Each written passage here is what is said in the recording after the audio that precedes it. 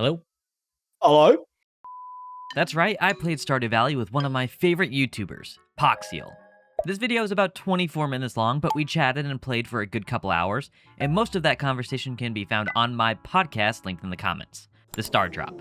If you want to see me play with more of your favorite creators, make sure to leave a like on this video, subscribe to the channel, and comment below who I should play with next. Thanks for watching, and I hope you enjoy the rest of the video. Most of my audience probably knows who you are. I mean, I've used your painting with Poxial reference, I think 3 times now in various videos. Love it. Love it. So for the people that don't know who you are, how would you introduce yourself? How would you tell them who you are and whatnot? Oh, well, I'm Poxial. I'm probably Stardew Valley's biggest long form content creator. That's all I do. I just do long form stuff. I'm not big into I'm not big into short challenges. I go big or I go home. Nah, I mostly do like just 100 days videos. I do 100% videos. I just play Stardew Valley in all its forms, really. I've been doing it for about like the last, 3 years now, I think. I think I started in 2022. But yeah, you'll most likely see me on your recommended for another 100 day series or one of my big mega long movies that are ridiculously too long. But yeah, I just love Stardew Valley in all its forms, really. I've been playing it recently with 𝘃𝗁𝗄𝗵𝗂𝗆 and other people. I got my wife on recently for a video. But yeah, that's about me, really. You'll need to tell me how you do it. You'll need to tell me how to get your wife on. Was she a gamer to start with, or like No. was this like something that take forever to do? No. We did a video like about a year ago where we played like 1 year of Stardew Valley, and we did it because she was off on like recovery from a surgery. And I was like, oh, we'll give it a go. Like, it'll be pretty wholesome. And people loved it. And we were like, we want to do it again. But it took us ages to find her time to do it. But luckily, recently, we found out at the start of the year that we're having a baby. So she's been on maternity leave now. So that's how we kind of found the time to do it. So hopefully we find some more time to do some more. But she actually she's not too much of a gamer, although I do have to admit she absolutely smokes me in Mario Kart every time. Like, it is unreal how good she is at that game. Nice. I mean, I only as first and foremost, I mentioned to you in like text, but congrats, like that's huge. Yeah, thank you. Yeah, the reason I bring that up, my wife's not much of a gamer. I've been like, hey, I know you played The Sims as like a kid. Do you want to play The Sims? Because it'd be fun to make a video with you. And so yeah, we're still waiting on that part, but yeah, we're getting there. So yeah, you mentioned you started like 3 years ago. Yeah. How did that happen? Did you always want to be a YouTuber, or was that like a COVID thing? You're like, oh, I can do that, or? Yeah, so basically at the end of 2021, I graduated from tertiary study and or university, and both me and my wife, we graduated with bachelor's degree of performing arts with musical theater specialization, if you want to go that fancy with it. So I graduated in 2021. So when it got to 2022, obviously that was around like peak COVID. Peak COVID, everyone was inside. So obviously not a lot of people were going out to theaters or anything like that. And yeah, so anything kind of theater-wise was kind of thrown out the window a wee bit. It was either cancelled or it was, postponed, stuff like that. So I kind of just really took it up doing content creation just as a bit of a, I'll see where this goes kind of thing. So I kind of started just throwing stuff at a wall and seeing what stuck. Like, I think I was doing anything and everything that I enjoyed playing. So I was trying to do Rocket League content. I was trying to do like Destiny 2 content. Ooh. I think I tried like speedrunning Hitman. Like, I was really into Hitman at that point. And kind of none of it was sticking, and I was just kind of giving it a go. I had actually given myself, like I said to myself at the start of the year, I was like, I will I wrote it down. I still have the post-it note that I wrote it on. And I said my goal was 1,000 subscribers by the end of the year. I said if I had that, then I'd keep going. You know, I'd give it a go. But if I didn't, I was like, hey, I gave it a good go, and you know, I'll leave it at that. So that's when I started trying to, you know, start just throwing stuff at the wall, seeing what stuck. I did a lot of it was short form as well. Oh yeah. Which was very interesting. So all of it was just like 1-minute videos, just trying to make a little bit of something out of it. And I did that for about 4 months, and nothing was really sticking. I was kind of like, you know, I'll switch things up a wee bit. I was also like working a part-time job at this point, so yeah. And then I picked up Stardew again, and I was like, you know, maybe I could make something work with this. Because originally I had picked up Stardew as a game that I tried streaming out of all things. Like ages ago. I think it was about a year ago I tried streaming it, and I think the most amount of viewers I got was 1, and it was really funny. But I picked it up and I was like, oh, I could try something with like this. So I kind of searched around on YouTube and saw what people were doing with it, and I was kind of like, maybe I'll try like a bit of a long form video. So I recorded a full 100 days of Stardew Valley. I think the original idea that I had was something like 100 days of hardcore Stardew Valley. And I took like a little piece of like, a lot of like Minecraft YouTubers do like the hardcore series, which is kind of funny trying to do it in Stardew because it's way less yeah, it's way less linear. It's like way less linear. There's hardly any way to. It's a sandbox game. There's like, well, Stardew's an RPG. There's really no sandbox outside of like the farm and what you make on it. Yeah, exactly. But the panning with Poxial thing, just like one of those things you think of when you're editing or script writing, because you mentioned your background in theater. Maybe that's where it comes from. Is that just like because for me that's such like an integral part of your brand, weirdly enough. And so I have a question on my thing, like how did that come out?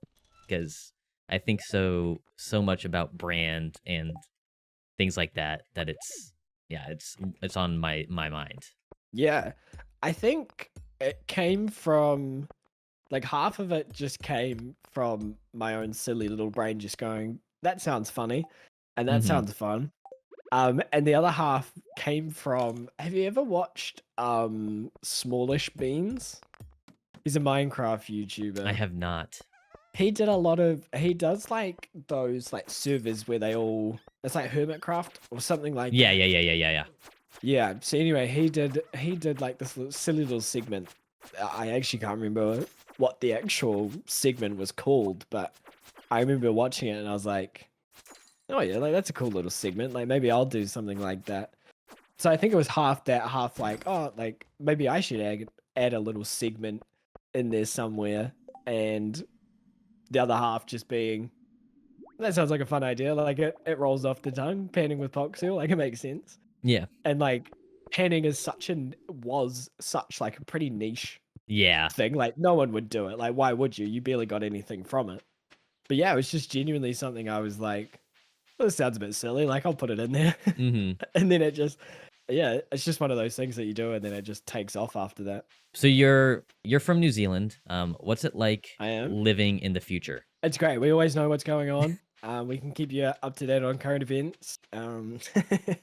On this side of the world anyway. It's so funny, anytime I tell everyone I'm from New Zealand and they ask my time zone and I say, oh, I'm like, you know, I'm Wednesday, and they're like, oh my god, it's Tuesday for me. What's the future like? Yeah. I had to throw that in there. So you mentioned you're a gamer. Are there any other hobbies outside of like video games that you would say that you enjoy, or has it always just been gaming?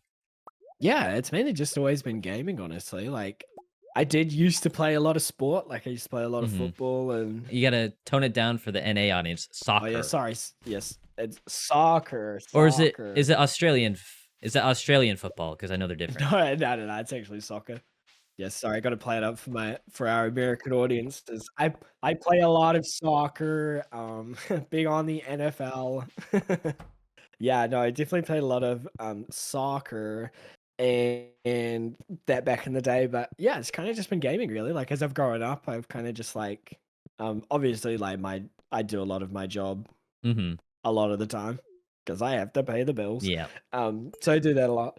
I think I mean just my hobby soon is gonna turn into my daughter, which Yeah. is gonna be Yeah. Yeah. super Yeah. Yeah. exciting. I'm super excited for that.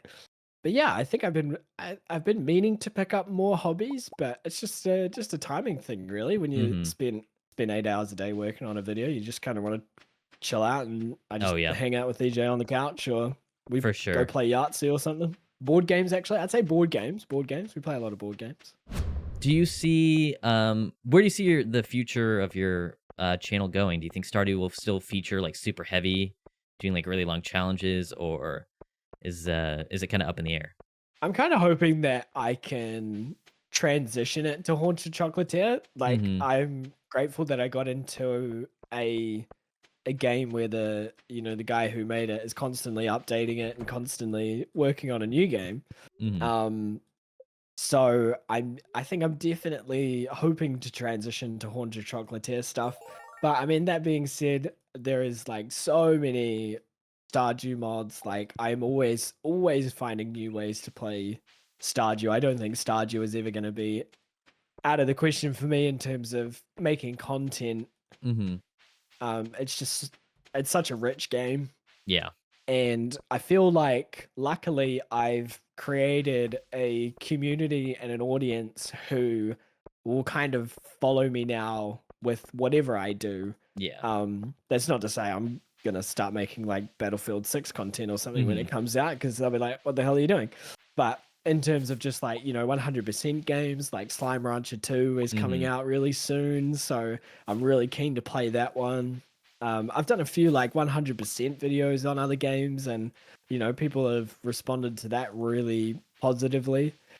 So I think there's definitely room for stuff like that. But yeah, I'm just always constantly thinking of video ideas and what my audience want and what they want to see. Side note, while we're doing this, I'm getting another house for 𝘠𝗵𝗂𝗺𝗍, who's probably my next guest. What house do you want to pick for her? Ooh, Do we go full trash can house or? I reckon the hat mouse looking cabin. Absolutely. Sweet. I'll let her know that you picked this especially for her. Yep, that one was All right. just for me. There we go. So you said that you started doing shorts and just didn't it didn't stick. Is that Yeah, I never got into shorts really. Like I did a couple of shorts a while ago, and I had like an editor for it, but then it kind of just didn't work out. Like I feel like long form hour and a half videos, they're just my bread and butter. yeah. So that was kind of like, yeah. And again, it's my strong suit. A lot of my videos you wouldn't get much short content out of. Yeah. So I just focus on what I do best really. Yeah. Do you have any secret talents? I know it's hard. I asked B this question Ooh. and she was like, not like this is my talent, like making videos and like this whole creation thing. And she was like, oh, but I did do competitive gymnastics as a kid. And I was like, okay, well, I would say that's like, I'd say that's a hidden talent. yeah, for sure. I would say that my hidden talent that I've got through doing musical theater is I can tap dance really well. Really, that is Yeah, I'm a great tap dancer. that's such a fun party trick. Yeah, it's really funny. I found ever since I finished doing my degree is that whenever I'm bored or I'm standing still for a while, I just start randomly tap dancing. So you're not much of a streamer. I don't think I've ever seen you stream on YouTube at least. Yeah, I started trying out on Twitch, obviously, where every wannabe streamer starts, and I tried that for a little bit, like maybe like the summer before I started actually doing YouTube. I think I tried it like a few times. Mhm. But yeah, when I started YouTube, I think I did about like 7 streams every Monday for like, yeah, about 7 weeks, I think. I think I did about 7 of them, and I played the roguelike mod when it came Mhm. out. I think I played 𝘁𝗵𝘄𝗶𝗹 for a little bit. Then I think I tried Terraria. But Mhm. yeah, again, it was just one of those things. Like, I am not the greatest entertainer live. Sure. Like, I thrive on script writing and writing humor and storytelling. So when it came to streams, like, you know, I could talk for a while, but Yeah. I'm just not that. I'm not as entertaining as I am when you hear me think about what I'm gonna say. Sure. If you know what I mean. Like, Yeah. writing it down and getting it down on script, like, is way more entertaining for people to watch than I am live. Like, there are just some people who are so naturally good at being entertaining and engaging and doing all of that on stream, that, and you know, that's great for them, but it's just not my strong suit. So Mhm. that's kind of why it's kind of why I stopped doing it. And I was like, you know what, I'm just gonna, you know, that's 3 hours I could be spending on making a video that is gonna A, get way more views, and B, be way more entertaining and more fun for you to Mhm. watch than you know, me just fucking around on 𝘁𝗵𝘄𝗶𝗹. Yeah, so that's kind of why I stopped. A point that I'm surprised I haven't made yet. You are faceless, correct? I have no face. I'm literally just a blob. Was that a decision that you made knowingly? Like, you're worried about? For me, I made it just because, like, wanting to be a streamer, I was painfully aware of like swatting, Yeah, yep. Yeah. and so I was like, I'm not even worried about me. Like, if people swat me, whatever, I get it. Mm, In terms of like just people being fucking stupid. yeah. But I'm more worried about like the people around me, like my parents or my brother or Yeah. whoever. Like, Yeah. I know for a fact people will do that shit. And so I was like, I'm gonna try to keep my footprint as like small as possible. And being faceless was a part of that. Yeah, for So sure. as someone who is also faceless, I always just wonder what's like, if that's goes into your thinking, or like, I was always worried about potentially somebody hearing my voice or like seeing my face and knowing who I am, and like knowing following me and knowing what. Yeah. And maybe that's like a little bit like, dude, you don't even have 100,000 subscribers. What are you doing? But yeah, so that's kind of the question. I think I made that decision very early on that I wasn't going to show my face. I was just going to be a voice. And yeah, I also had those things in mind as well. Like, I didn't think too much about the streaming side of it, but just in terms of, yeah, just kind of like safety, just peace of mind as well, I think was a big thing for me. At the same time that I was thinking about like safety and stuff, I was also thinking about like, I don't think my content would benefit from a face cam. You know what I Sure. mean? Like, it's those two things together. I was like, it's just really no point. Like, you know, Sure. like, yeah, I think there was no real point in me doing that. I think one day I will face reveal, and that day will be when I leave YouTube and I say thank you to everyone for watching, kind of thing.